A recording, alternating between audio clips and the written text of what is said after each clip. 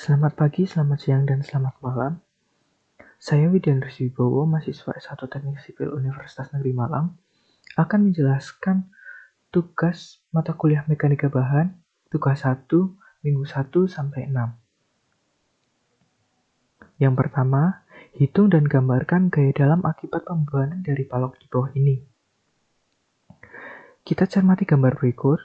Gambar berikut merupakan sebuah balok dengan tumpuan sendi dan roll, dengan beban merata dan terpusat.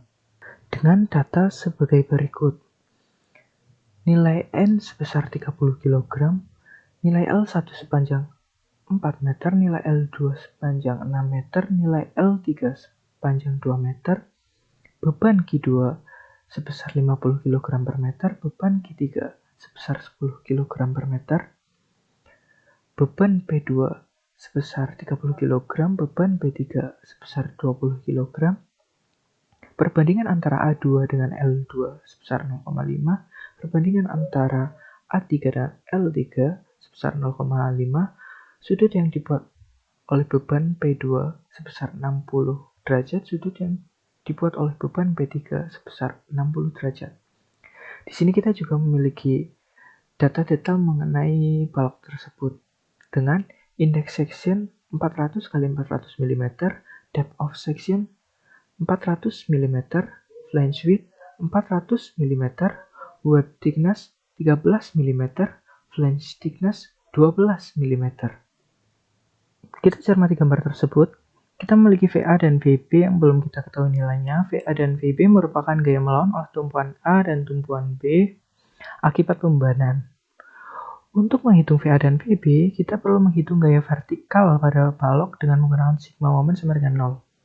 Sigma moment, perlu diingat, merupakan perkalian antara jarak dengan gaya. Untuk menghitung gaya VB, kita perlu menghitung momen di titik A di mana sigma moment A sama dengan 0. Titik A sebagai titik acuan, di sini kita juga meninjau arah perputaran di mana jika gaya memutar searah jarum jam bernilai positif, sedangkan berlawan arah jarum jam bernilai negatif.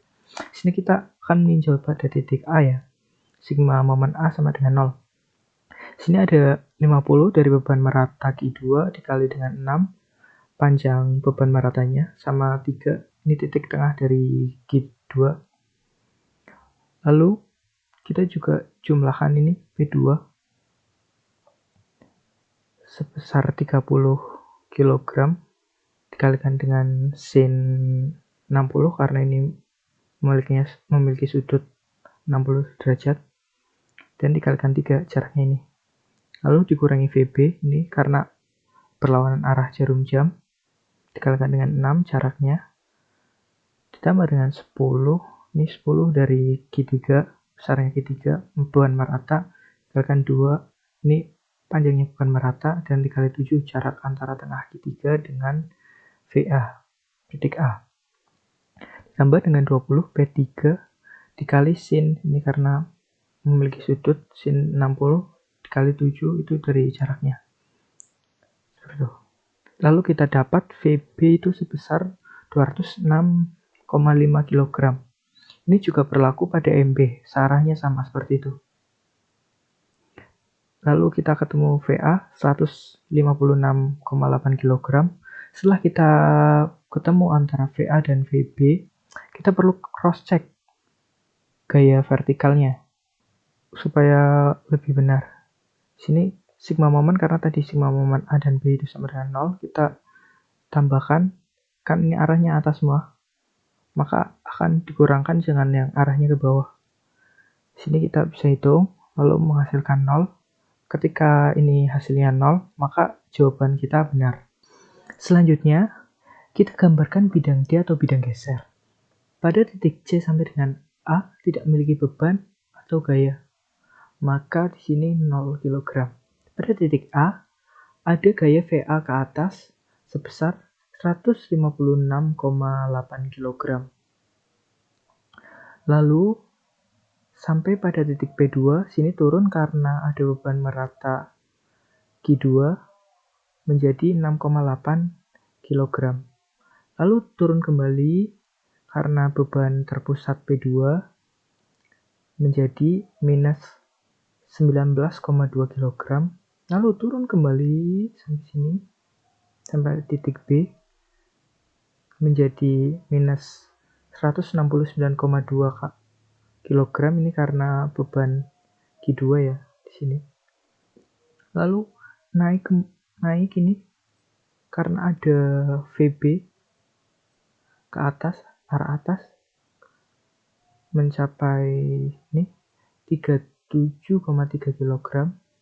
Lalu turun kembali karena beban merata Q3 menjadi 7,3 kg. Lalu turun kembali karena beban terpusat P3 sini menjadi 10 kg. Lalu berakhir pada 0 ini karena beban merata Q3 ya sini. Akhirnya sampai 0. Setelah tadi kita menggambarkan bidang geser, kita selanjutnya menghitung HA dan menggambarkan bidang N atau bidang normal. Perlu kita ketahui bahwa HA adalah gaya yang bekerja horizontal pada balok tersebut. Di sini kita dapat menemukan bahwa ada 4 gaya horizontal yang bekerja pada balok, yaitu N ke arah kanan, N ke arah kiri, ada P2 dan P3. Pertama kita tinjau untuk HA ke arah kiri ya. Di sini ada HA ke arah kiri itu hanya ada gaya N ke arah A sini. Karena ini A itu tumpuannya sendi, dia bisa menahan beban arah horizontal. Hanya satu di sini 30 kg, karena ini tekan, patangnya tertekan, maka di sini akan terjadi gaya minus 30 kg. Lalu untuk dari HA ke kanan sini, karena sini ini sendinya roll, maka ini tidak bisa menahan gaya horizontal ya. Jadi ini terus sampai sini, sampai ke A. Sini bisa kita lihat, sini kan ada 30. Sini ini karena gaya ini N sebesar 30 kg minus 30 kg. Lalu ini P3 sebesar 10 minus 10 kg. Bertambah lagi sampai sini, sampai P2 sini. Bertambah lagi 15 ini sampai dengan minus 15. Lalu yang terakhir kita perlu gambarkan yaitu gambar bidang N atau bidang momen. Di sini saya menggunakan perhitungan momen dengan interval titik yang dihitung yaitu setiap 1 meter. Untuk menghitung momen, kita dapat menggunakan dua acuan, yaitu acuan kanan dan acuan kiri. Keduanya sama-sama dapat digunakan untuk menghitung momen dan akan menghasilkan hasil yang sama, hanya berbeda plus dan minusnya. Tetapi agar efisien, saya menggunakan kedua acuan tersebut. Untuk pada titik C sampai dengan titik B, saya menggunakan acuan kiri. Sedangkan pada titik 6 dan titik D, saya menggunakan acuan kanan. Mari kita hitung. Pada titik C dan titik A, sini karena kita menggunakan acuan kiri, di titik C, kirinya C tidak memiliki beban atau momen. Sini maka 0 kg, begitu juga di titik A, sini C-nya juga tidak memiliki, maka 0 kg. Sedangkan di sini pada titik 1, maka M1, sini ada VA ke atas arahnya searah jarum jam, maka plus sebesar 156,8 kg. Lalu jaraknya dari titik sini, titik 1 ke titik A yaitu 1 meter. Lalu kita kurangkan karena ini ada beban merata ya, yang melawan arah jarum jam. Itu sebesar 50 kg dengan jaraknya itu 1 meter. Sebesar 1 meter dengan titik tengah ke titik 1 ini sebesar 0,5 meter. Lalu ketemu hasilnya sebesar 131,8 kg. Lalu pada titik 2, sini juga kita tinjau sini ada VA searah jarum jam ya, sama seperti sebelumnya sebesar 156,8 kg. Lalu jaraknya sini 2, lalu dikurangi sama. Ini ada beban merata Q2 sebesar 50 kg. Lalu panjangnya 2 meter, lalu antara titik tengah ini dari 2 meter itu ada 1 meter ke titik 2. Begitu lalu kita temukan hasilnya menjadi 213,6 kg meter. Seperti itu terus sampai pada titik B kita hitung. Lalu ketika menggunakan acuan kanan sini pada titik M6, di sini kan ada beban merata G3 sebesar 10 kg per meter. Lalu sini jaraknya ada 1 meter, lalu jarak di sini kan 1 meter, jarak titik tengah ke titik 6 itu sebesar 0,5 meter. Lalu hasilnya sebesar 5 kg meter. Namun karena ini menggunakan acuan titik kanan, maka perlu kita minus menjadi minus 5 kg per meter. Lalu pada titik D sini, karena di sebelah kanan tidak ada beban atau tidak ada gaya, maka sini 0 kg meter. Lalu untuk tugas selanjutnya, kita akan mencari luas penampang, sumbu berat dan titik berat penampang, statis momen penampang maksimum, statis momen penampang minimum. Untuk menghitung luasan penampang, kita cermati gambar berikut. Setelah kita cermati, dapat disimpulkan bahwa penampang tersebut tersusun atas beberapa bagian. Untuk menghitung luasan penampang kompleks tersebut, kita perlu memecah penampang menjadi beberapa bagian. Kita pecah menjadi 3 bagian, yaitu bagian 1, bagian 2, dan bagian 3. Setelah itu, kita hitung luas masing-masing bagian tersebut. Untuk bagian 1, sini ada A1, 400 itu panjangnya, dengan lebarnya itu 21 mm. Lalu kita kalikan untuk mencari luas bagian 1 menghasilkan 8.400 mm kuadrat. Lalu kita juga cari penampang 2, penampang 3 juga sini. Lalu setelah itu, untuk menghitung luas total penampang, kita jumlahkan seluruh luasan dari masing-masing bagian. Bagian 1, bagian 2, dan bagian 3. Sini ya. Lalu menghasilkan luas total sebesar 21.454 mm kuadrat. Selanjutnya, kita akan mencari sumbu berat dan titik berat. Untuk mencari sumbu berat, kita dapat mengalihkan luasan masing-masing bagian penampang dengan jarak antara titik berat bagian penampang. Untuk mencari sumbu X, kita kalikan dengan ini jarak antara titik berat ke sisi kiri, bagian paling kiri. Sedangkan untuk sumbu Y, kita kalikan titik berat bagian penampang dengan bagian bawah penampang, paling bawah. Ini kita mencari sumbu X ya, di sini. Di sini, ini luasan penampang. Ini 200 itu jarak titik berat dengan bagian kiri penampang sini. Lalu begitu juga dengan bagian 2, bagian 3 juga begitu. Lalu kita bagi dengan luasan total penampang. Nih. Maka sumbu berat X terletak pada titik 200 mm di bagian tengah sini.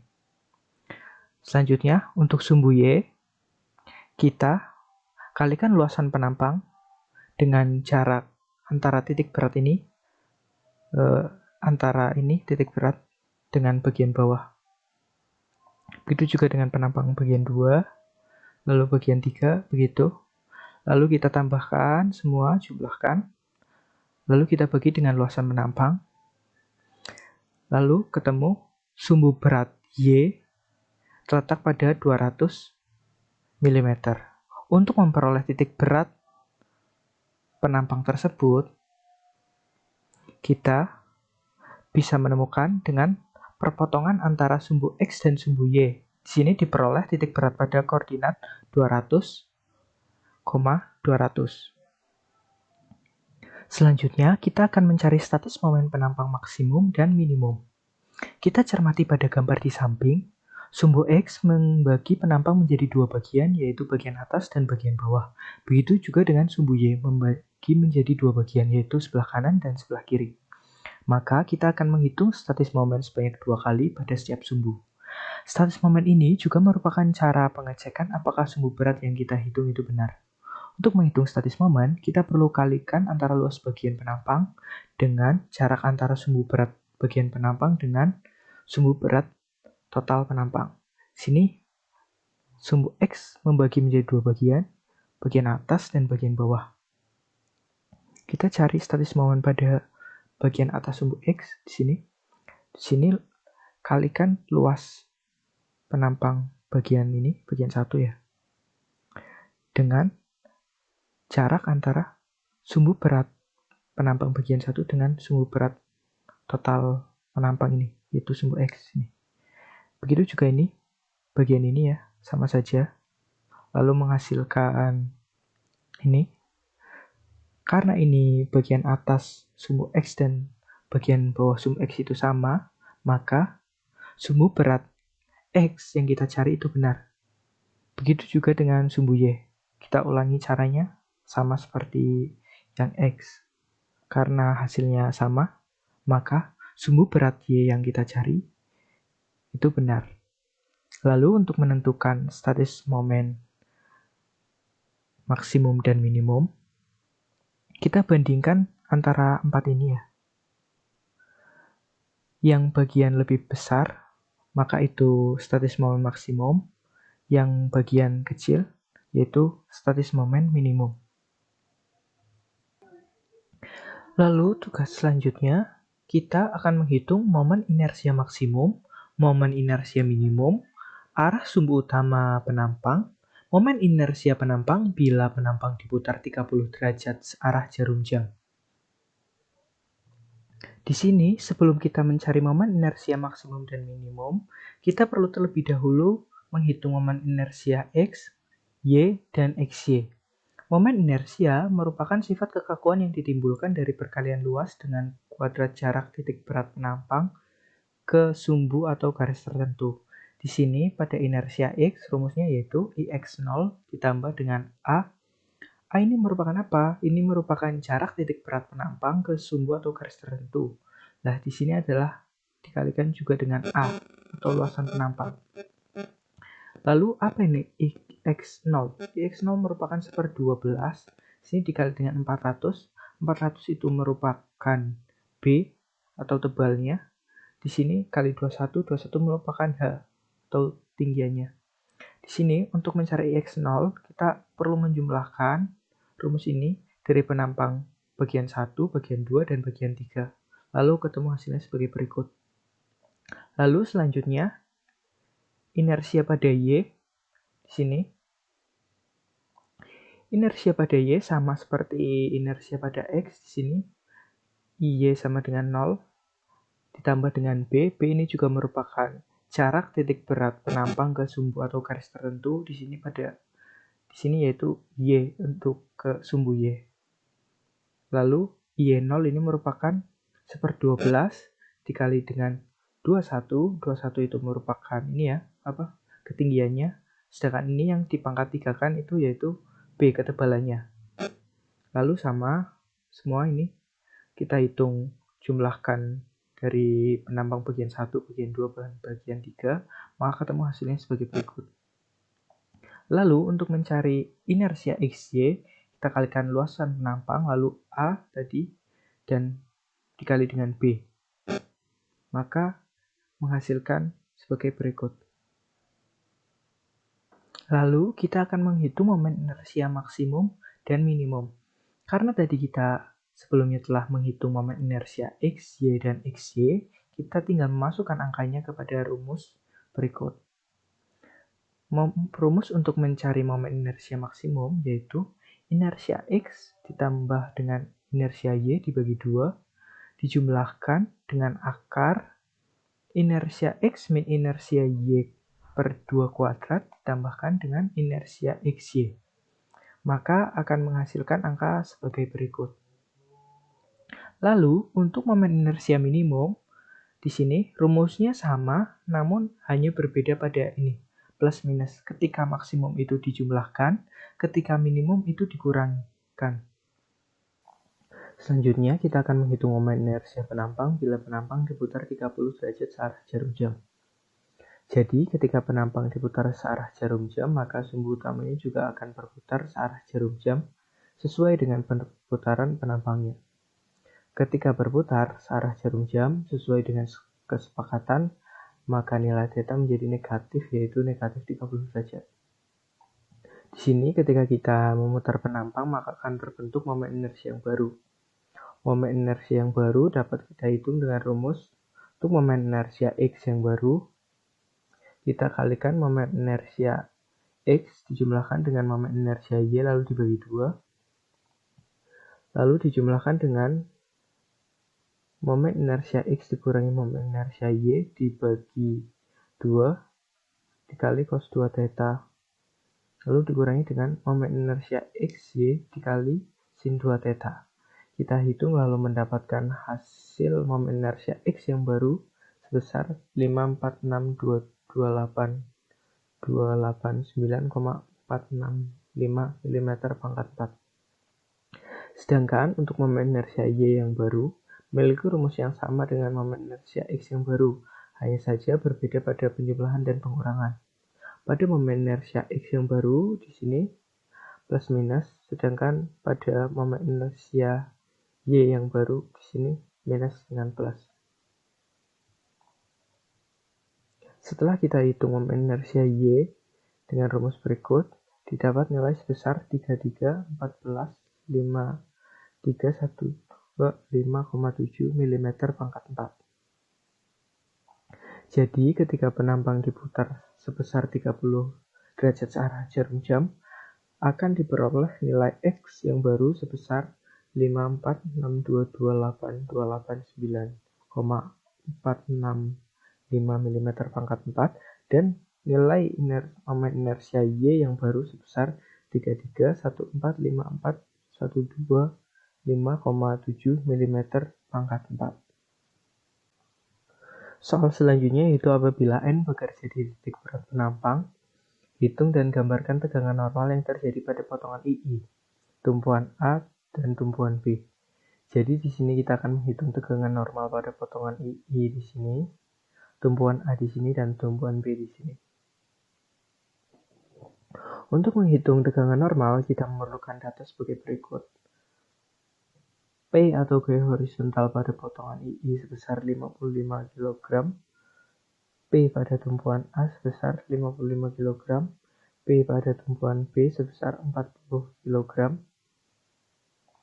luas penampang sebesar 21.454 mm², momen inersia X sebesar 65361587,1,3 mm²,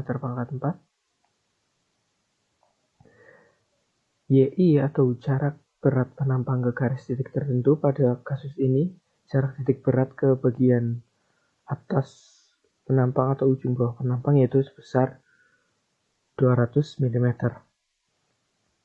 Lalu ada juga momen pada potongan II sebesar 245,4 kg/m. Lalu momen pada tumpuan A sebesar 0 kg/m. Lalu momen pada tumpuan B sebesar 37,1 kg/m. Untuk tegangan normal pada potongan II, kita perlu menghitung tegangan normal sentris dan tegangan lentur. Tegangan normal sentris adalah tegangan yang terjadi ketika P bekerja tepat di titik berat penampang, sehingga besarnya tegangan pada seluruh bagian penampang memiliki besar yang sama. Sedangkan tegangan lentur adalah tegangan yang terjadi akibat momen. Hal ini menyebabkan penampang bagian atas mengalami tekan, sedangkan pada bagian bawah mengalami tarik. Tegangan normal sentris dapat kita hitung dengan rumus gaya horizontal atau P dibagi dengan luas penampang. Di sini kita menghitung menghasilkan tegangan normal sentris sebesar 0,00256 kg/mm². Kita ubah menjadi kg/cm² menjadi 0,256 kg/cm². Untuk tegangan lentur dapat kita cari dengan rumus momen dikali dengan YI atau jarak titik berat penampang ke garis atau titik tertentu dibagi dengan momen inersia X. Lalu kita hitung tegangan lentur didapat nilai sebesar 0,07509 kg per milimeter pangkat 2. Lalu kita ubah menjadi kilogram per centimeter pangkat 2 menjadi 7,509 kg per centimeter pangkat 2. Setelah kita hitung nilai tegangan normal sentris dan tegangan lentur, kita bentuk diagramnya. Di sini untuk diagram tegangan normal sentris, di mana besar tegangan dari seluruh penampang itu sama ya. Lalu di sini diagram tegangan lentur, di mana bagian atas mengalami tekan, sedangkan pada bagian bawah mengalami tarik. Selanjutnya kita kombinasikan dari kedua diagram tersebut menjadi diagram tegangan kombinasi, di mana ketika sama-sama tekan atau sama-sama tarik itu dijumlahkan, sedangkan ketika tekan dan tarik maka saling mengurangi. Lalu didapat tegangan kombinasi pada bagian atas terjadi tekan sebesar 7,763 kg per cm pangkat 2, sedangkan pada bagian bawah terjadi tarik sebesar 7,251 kg per cm pangkat 2. Untuk tegangan normal pada tumpuan A sama seperti sebelumnya, kita hitung tegangan normal dan didapat nilai sebesar 0,256 kg per cm pangkat 2. Dan untuk tegangan lentur, karena tidak ada momen yang bekerja pada tumpuan A, maka didapat nilai sebesar 0 kg per cm pangkat 2. Lalu kita gambarkan diagram tegangan normal sentrisnya di sini. Untuk diagram tegangan lentur tidak ada karena nilai tegangan lentur itu sebesar 0. Lalu untuk tegangan kombinasi itu sama seperti tegangan normal sentris. Untuk tegangan normal pada tumpuan B sama seperti sebelumnya juga, kita hitung tegangan normal dan didapat nilai sebesar 0,186 kg per cm pangkat 2. Untuk tegangan lentur didapat nilai sebesar 1,135 kg per cm pangkat 2. Lalu kita gambarkan tegangan normal sentrisnya di sini dan tegangan lentur di sini. Untuk diagram tegangan lentur agak berbeda dengan diagram lentur yang sebelumnya, di mana pada tegangan lentur di tumpuan B, pada bagian atas itu mengalami tarik, sedangkan pada bagian bawah itu mengalami tekan. Lalu untuk tegangan kombinasi kita dapat bagian atas terjadi tarik sebesar 0,946 kg per cm pangkat 2, dan pada bagian bawah penampang mengalami tekan sebesar 1,321 kg per cm pangkat 2. Terima kasih.